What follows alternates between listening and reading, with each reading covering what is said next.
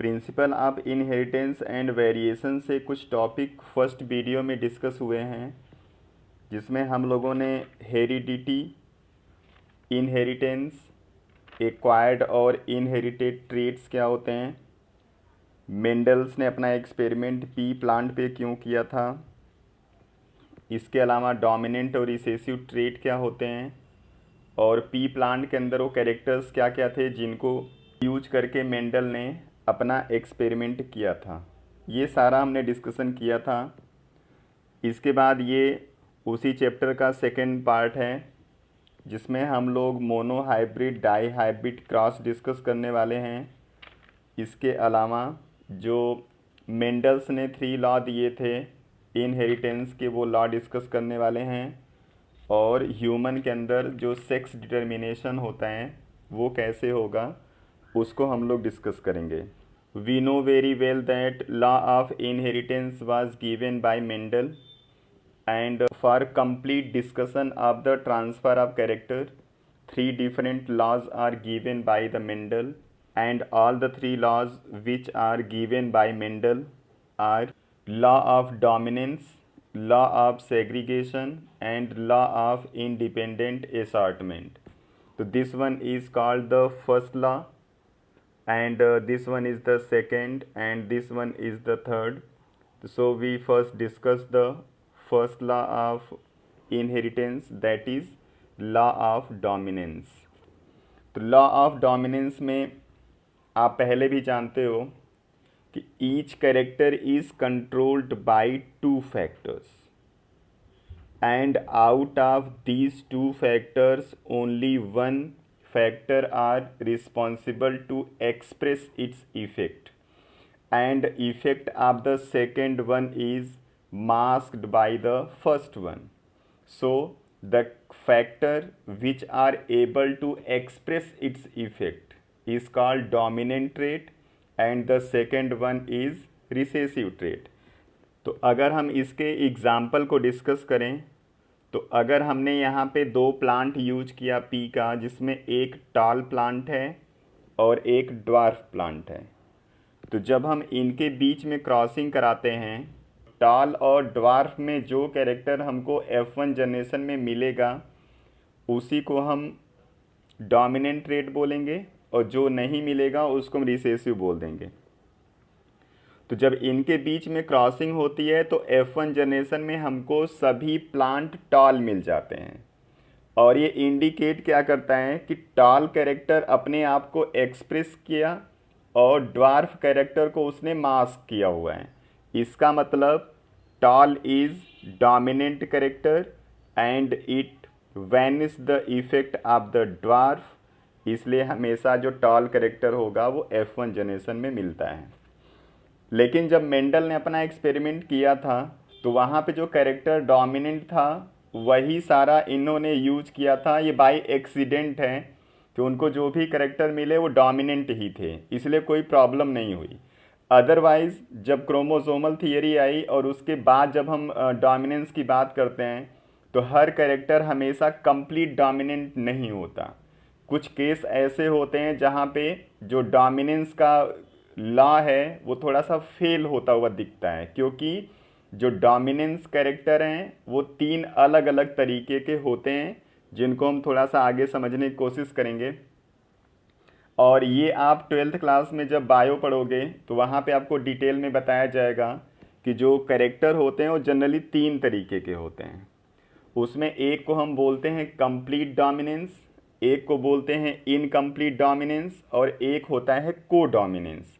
तो अभी जो हमने प्रीवियस एग्जाम्पल डिस्कस किया था वो हमारा कंप्लीट डोमिनेंस के अंदर आता है, क्योंकि वहाँ पे एक जीन कंप्लीटली अपने कैरेक्टर को एक्सप्रेस कर देता है, और इस वजह से क्या होगा, जो ऑफस्प्रिंग आपको नया मिलेगा वो किसी एक पेरेंट से हमेशा रिजेंबल करता हुआ दिखेगा।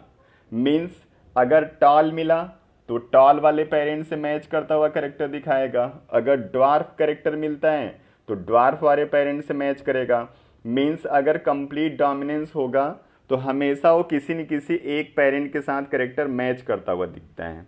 इसलिए इसमें एग्जाम्पल वो सभी पी प्लांट के आप कैरेक्टर लिख सकते हो जो मेंडल ने यूज किया था। जैसे हमने यहाँ पे height of the P plant लिख दिया है। जब आप इनकम्प्लीट डोमिनेंस की बात करोगे तो in incomplete dominance both the alleles perfectly not express its character.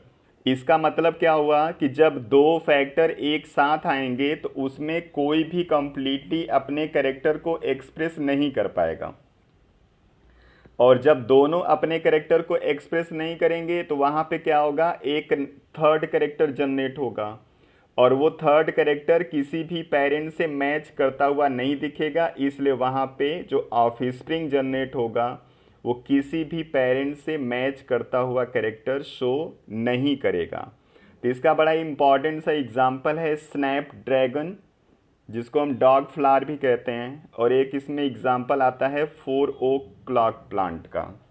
तो इस प्लांट के अंदर क्या होता है, फ्लावर का कलर कुछ में रेड होता है और कुछ में वाइट होता है, जिसमें रेड और वाइट दोनों को हम डोमिनेंट नहीं कह सकते, क्योंकि जब रेड और वाइट के बीच में क्रॉसिंग होती है तो जो F1 जनरेशन मिलता है उसमें ना तो फ्लावर रेड होता है और ना ही वाइट होता है, वहाँ पे एक थर्ड कैरेक्टर जनरेट होता है पिंक कलर। और ये पिंक कलर क्या होगा, किसी भी पेरेंट से मैच नहीं कर रहा है, इसलिए इसको हम एग्जाम्पल इनकम्प्लीट डोमिनेंस का मानते हैं, जहाँ पे दोनों अपने कैरेक्टर को एक्सप्रेस करने में फेल हो जाते हैं। जो थर्ड वाला है वो है कोडोमिनेंस। को मीन्स होता है टुगेदर, मीन्स एक साथ, और डोमिनेंस मतलब होता है कैरेक्टर को एक्सप्रेस करना। तो यहाँ पे क्या होगा, both the genes which are present on the chromosome express its effect.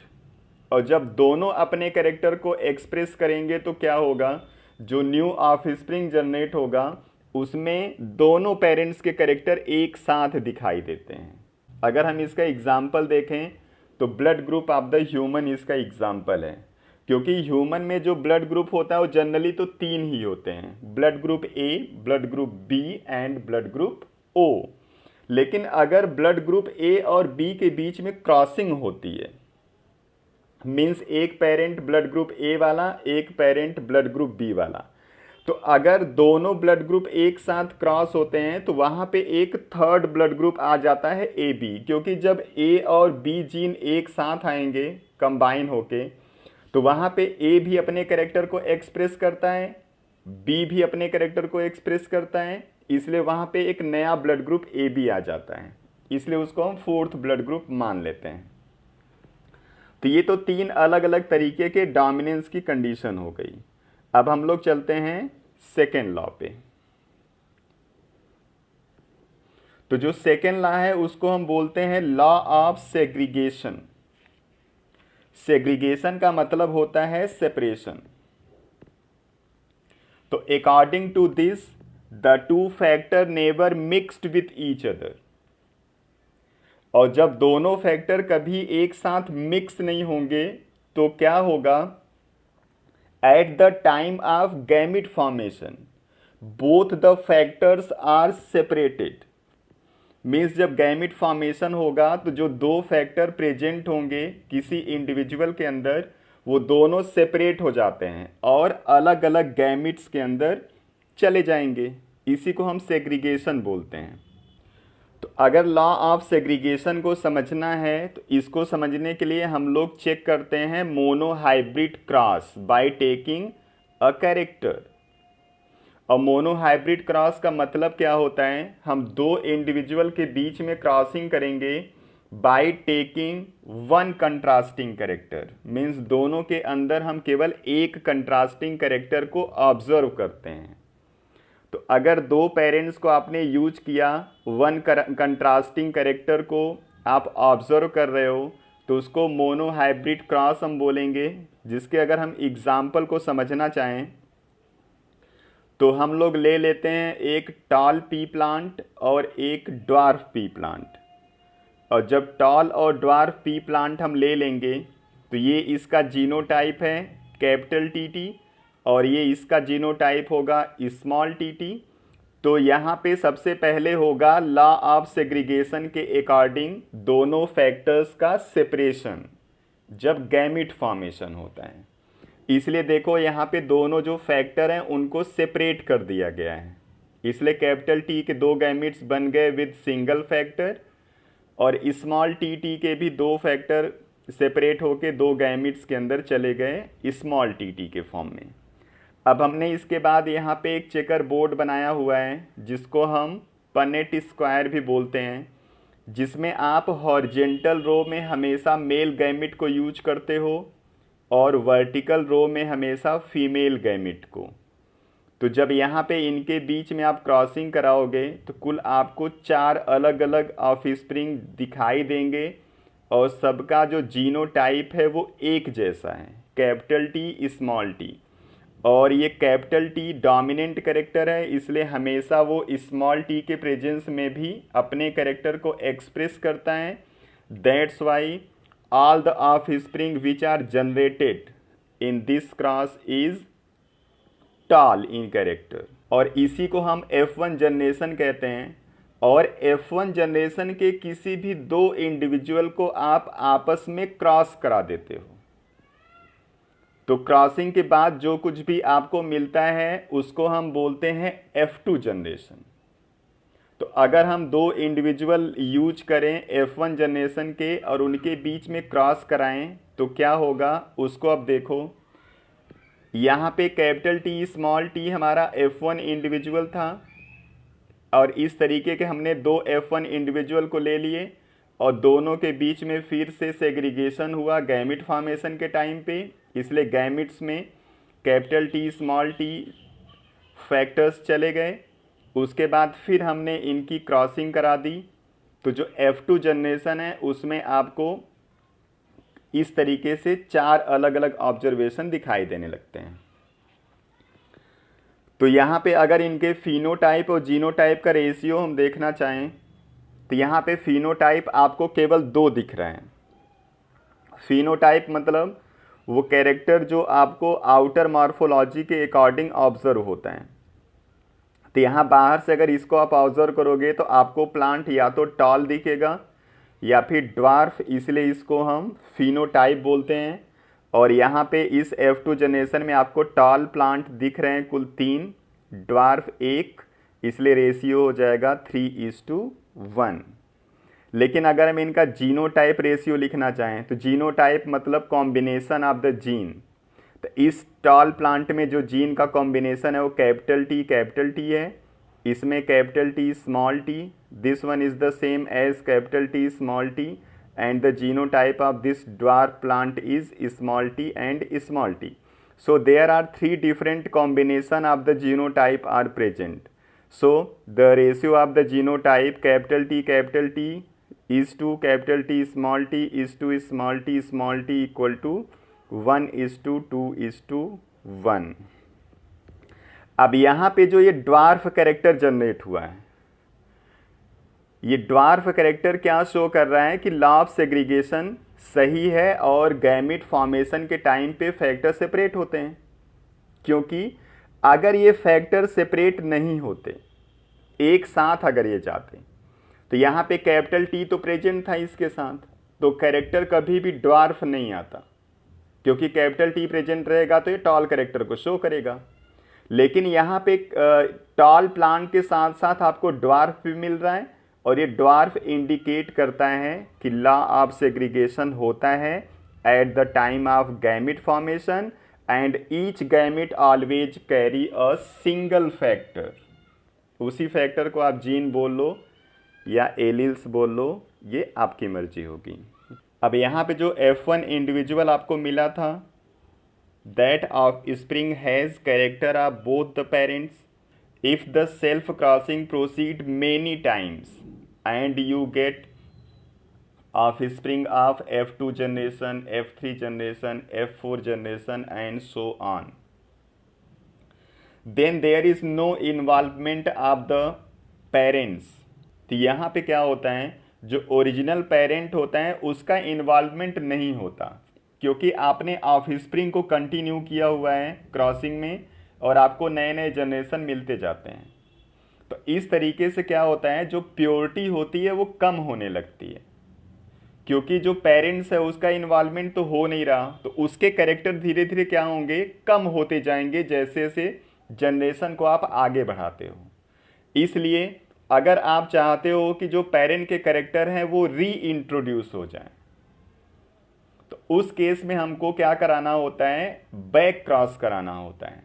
तो जो क्रॉसिंग होती है वो दो टाइप की होती है, एक बैक क्रॉस और एक टेस्ट क्रॉस। तो बैक क्रॉस क्या होगा और टेस्ट क्रॉस क्या होगा, अब चलो हम उसको सबसे पहले समझते हैं। तो जो बैक क्रॉस होगा उसमें क्या होता है कि हम एक F1 इंडिविजुअल को ट्रीट करेंगे किसी भी पेरेंट्स के साथ, जिस पेरेंट का कैरेक्टर हम चाहते हैं कि री इंट्रोड्यूस हो जाए। मीन्स किसी भी F1 ऑफ स्प्रिंग को जब आप किसी भी पेरेंट के साथ ट्रीट करोगे तो उसके अंदर पेरेंट के कैरेक्टर फिर से इंट्रोड्यूस हो जाते हैं, और इसी इंट्रोड्यूस करने के लिए कैरेक्टर को हम बैक क्रॉस कराते हैं। तो अगर हम बैक क्रॉस को एक एग्जाम्पल के थ्रू समझना चाहें तो हमने यहाँ पे क्या किया है, एक F1 इंडिविजुअल को लिया हुआ है जिसका genotype capital T small T है, और एक हमने यहाँ पे डोमिनेंट पेरेंट को यूज किया हुआ है जिसका genotype capital T small T है। गैमिट फॉर्मेशन के टाइम पे हमने इसके फैक्टर को सेपरेट किया और उसके बाद यहाँ पे क्रॉसिंग करा दी। तो क्रॉसिंग कराने के बाद हमको इस तरीके से सभी टॉल प्लांट मिल जाते हैं, जिसमें कुछ होमोजाइगस टॉल होते हैं, कुछ हेट्रोजाइगस टॉल होते हैं।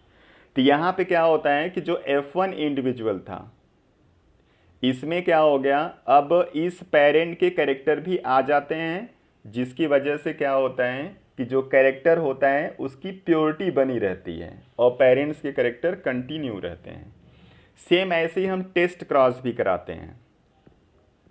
तो टेस्ट क्रॉस में क्या होगा, हम किसी भी एक इंडिविजुअल को यूज करेंगे जो डोमिनेंट कैरेक्टर वाला होगा, और उसकी क्रॉसिंग हम कराते हैं रिसेसिव पेरेंट के साथ। तो यहाँ पे भी हमने एक इंडिविजुअल को पेरेंट के साथ क्रॉस कराया हुआ है, इसलिए ये भी एक बैक क्रॉस का ही टाइप है, इसलिए इसको हम स्पेशल टाइप का बैक क्रॉस बोल देते हैं।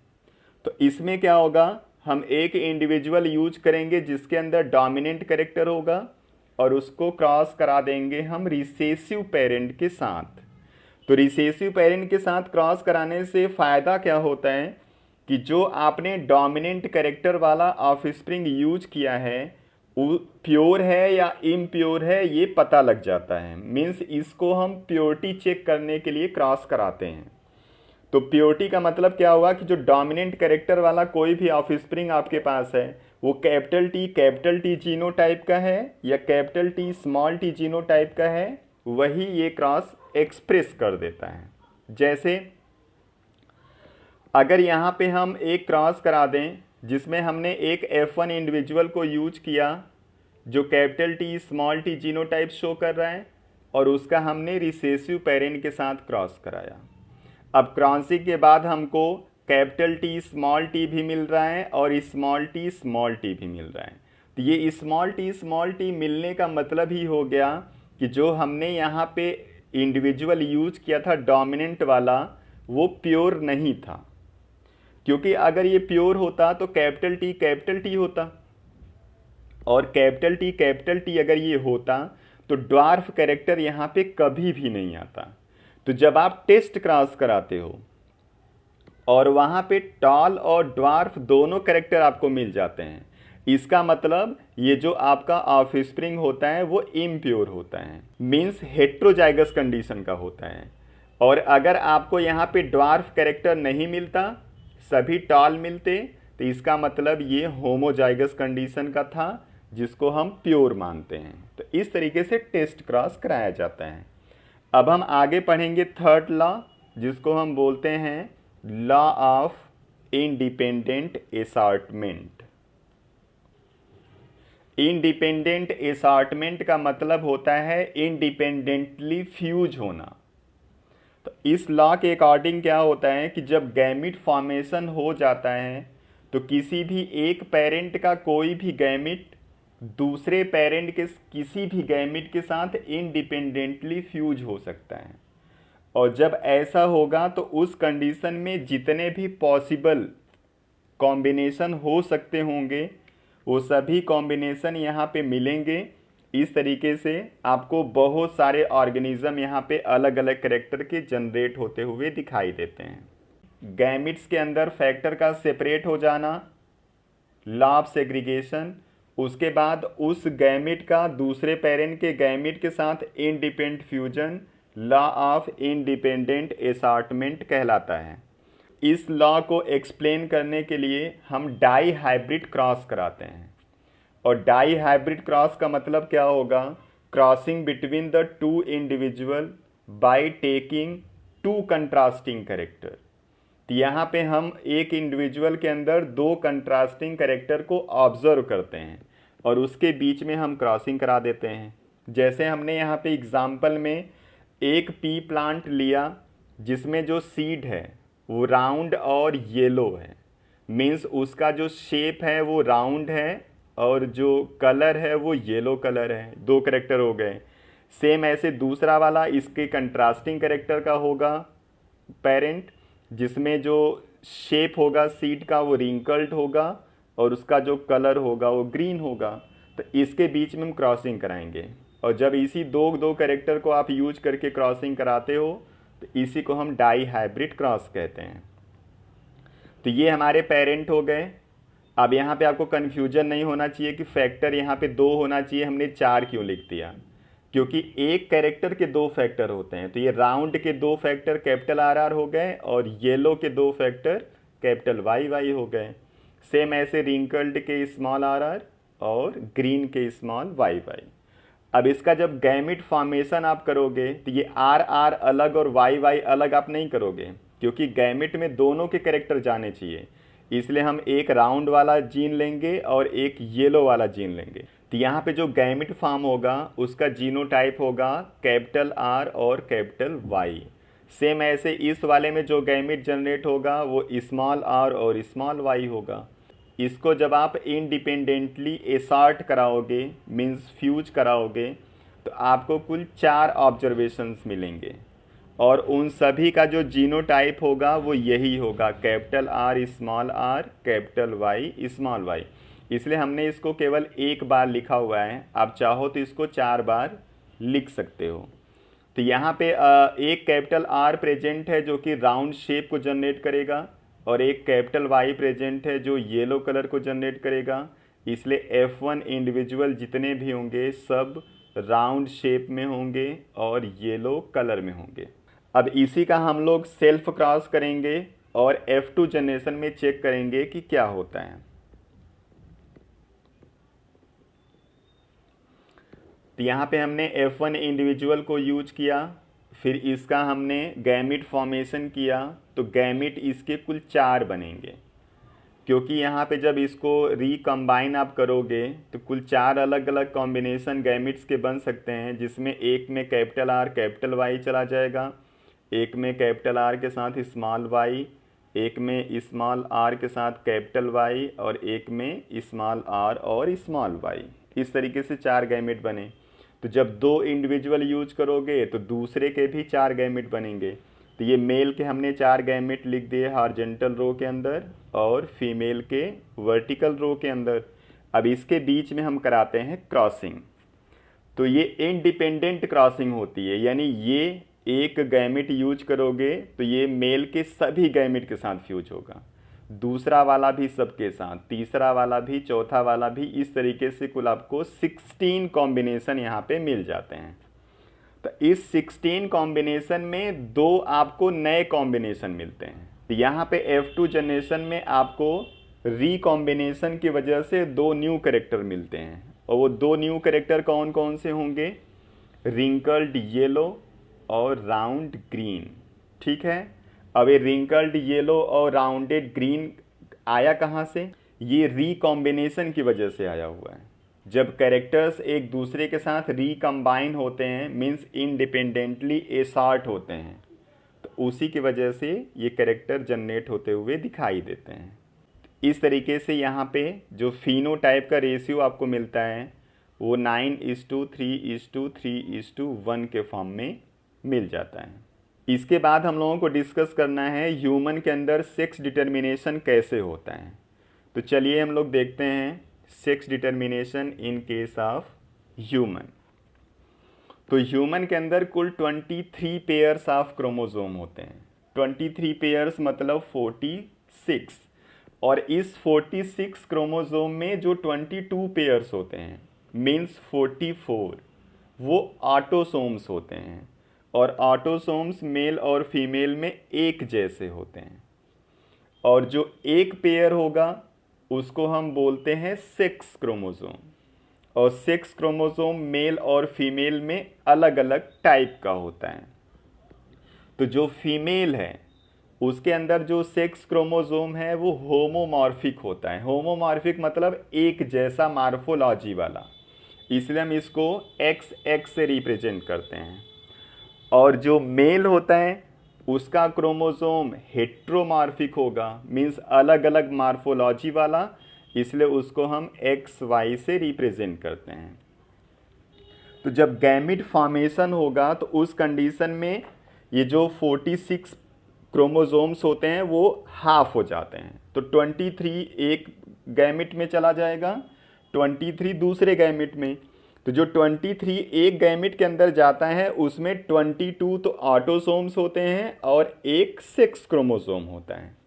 तो इस तरीके से अगर कोई भी गैमिट जो X क्रोमोसोम कंटेनिंग है वो दूसरे गैमिट जो X क्रोमोसोम कंटेनिंग होगा उसके साथ अगर फ्यूज हो जाता है तो जो न्यू बॉर्न बेबी होता है वो गर्ल होता है। और अगर X chromosome containing gamete Y chromosome containing gamete के साथ फ्यूज करता है, at that time the new born baby is boy. तो अगर इसकी हम क्रॉसिंग को देखें तो इसमें हमने क्या किया, पेरेंट्स को यूज किया है 44 प्लस XX, ये 44 ऑटोसोम्स को और XX सेक्स क्रोमोसोम को दिखा रहा है। अगर क्रॉसिंग में आप ऑटोसोम्स नहीं लिखना चाहते तो आप इसको हटा सकते हो, केवल आप सेक्स क्रोमोसोम के बेस पे भी क्रॉसिंग करा सकते हो। तो जो मेल वाला होगा उसमें 44 ऑटोसोम्स के साथ साथ ये सेक्स क्रोमोसोम XY होगा। अब यहाँ पे गैमिट फॉर्मेशन होगा तो ये डिवाइड हो जाएंगे, इसलिए एक गैमिट के अंदर 22 ऑटोसोम्स और एक सेक्स क्रोमोसोम चला जाता है। सेम ऐसे ही मेल के अंदर भी होगा गैमिट फॉर्मेशन, और जब मेल और फीमेल के गैमिट को हम इंडिपेंडेंटली फ्यूज कराते हैं तो वहाँ पे इस तरीके से आपको कुल 4 ऑब्जर्वेशन मिलेंगे, जिसमें 2 में कॉम्बिनेशन 44 के साथ साथ XX होता है और 2 में 44 के साथ XY होता है। तो जो XX कॉम्बिनेशन है सेक्स क्रोमोसोम का वो गर्ल्स को रिप्रेजेंट करेगा और ये बॉय को। तो यहाँ पे गर्ल्स और बॉय का नंबर सेम है, इसका मतलब जब कभी भी ह्यूमन के अंदर सेक्स डिटर्मिनेशन की बात होती है तो जो रिज़ल्ट आता है उसमें इक्वल चांस मेल और फीमेल दोनों के जनरेट होने के बनते हैं, और इस तरीके से ह्यूमन के अंदर सेक्स डिटरमाइन किया जाता है। तो ये तो पूरा हो गया मोनोहाइब्रिड डाईहाइब्रिड क्रॉस और different law which are given by the Mendel for the inheritance. अब इसके आगे हम लोग नेक्स्ट वीडियो में कुछ और डिस्कशन करेंगे। Thank you.